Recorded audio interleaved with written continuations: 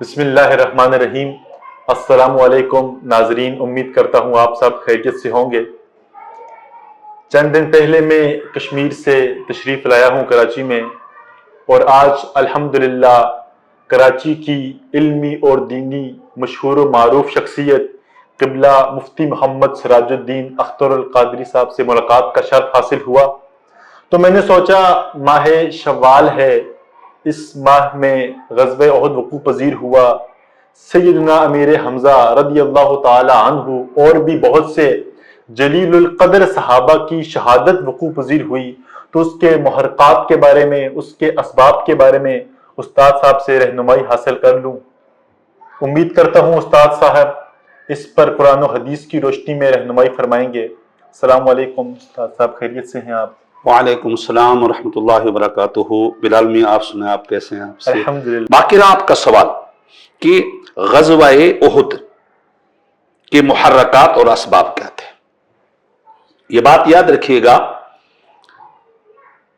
2 ہجری میں غزوہ بدر ہوا تھا جی، اور کفار کو اور کفر کو عظیم شکست اٹھانا پڑی تھی، بے شک، اور ذلت اٹھانی پڑی تھی۔ ان کے رؤساء جو ہے وہ جو ہے اپنا زمین بوس ہو چکے تھے۔ ان کا جو کر و فر ہے، ان کی جو پاور ہے، جو طاقت ہے، وہ جو ہے وہ دفن ہو چکی تھی۔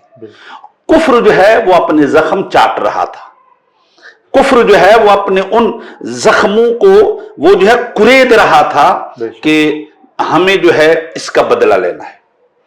بہرحال اگلے سال 3 ہجری میں اور شوال المکرم میں غزوہ احد جو ہے وقوع پذیر ہوا۔ اللہ اکبر۔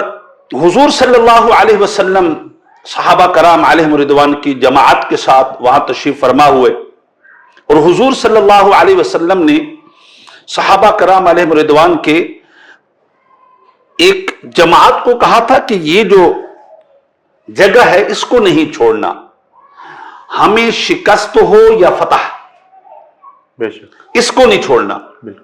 بہرحال صحابہ کرام علیہم رضوان کا جو پہلا وار تھا اور اسلام کا جو پہلا وار تھا وہ اتنی کارگر تھا کہ کفر کے جو ہے وہ قدم اکھڑ گئے، سب بھاگنے لگے۔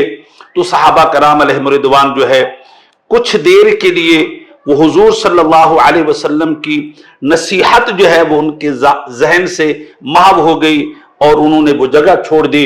بہرحال اس کے بعد ایک جو ہے بڑا خطرناک جو ہے صحابہ کرام پر علیہم رضوان پر جو ہے وہ جو ہے اپنا حملہ ہوا، جس میں 70 صحابہ، آپ جو اندازہ لگائیں کہ حضور صلی اللہ علیہ وسلم کے دعوت اسلام کے بعد اور آج تک، یعنی 3 شوال اور 3 ہجری تک جو ہے اتنا نبی مکرم صلی اللہ علیہ وسلم کے اصحاب اور آپ کے غلام جو ہے وہ جام شہادت نوش نہیں کیا جتنا اس معرکہ میں جو ہے وہ جام شہادت نوش کیا۔ تو اس کے اسباب وہ زخم تھے جو غزوہ بدر میں لگے تھے، اس کے محرکات جو ہے وہ کفر کو شکست تھی، جو کہ شکست اور ہزیمت تھی جو کہ غزوہ بدر میں ہوئی تھی، وہ زخم چاٹ رہے تھے۔ اس کا بدلہ لینے کے لیے یہ جو ہے غزوہ احد جو ہے میدان احد میں اور احد پہاڑ کے دامن میں جو ہے یہ غزوہ ہوا۔ اللہ تبارک و تعالی نے مسلمانوں کو ایک آزمائش میں ڈالا، ایک ابتلاء میں ڈالا، اور 70 صحابہ جو ہے وہ جام شہادت نوش کر گئے، جس میں سے امیر طیبہ سیدنا امیر حمزہ رضی اللہ تعالی عنہ کی ذات بابرکات بھی تھی۔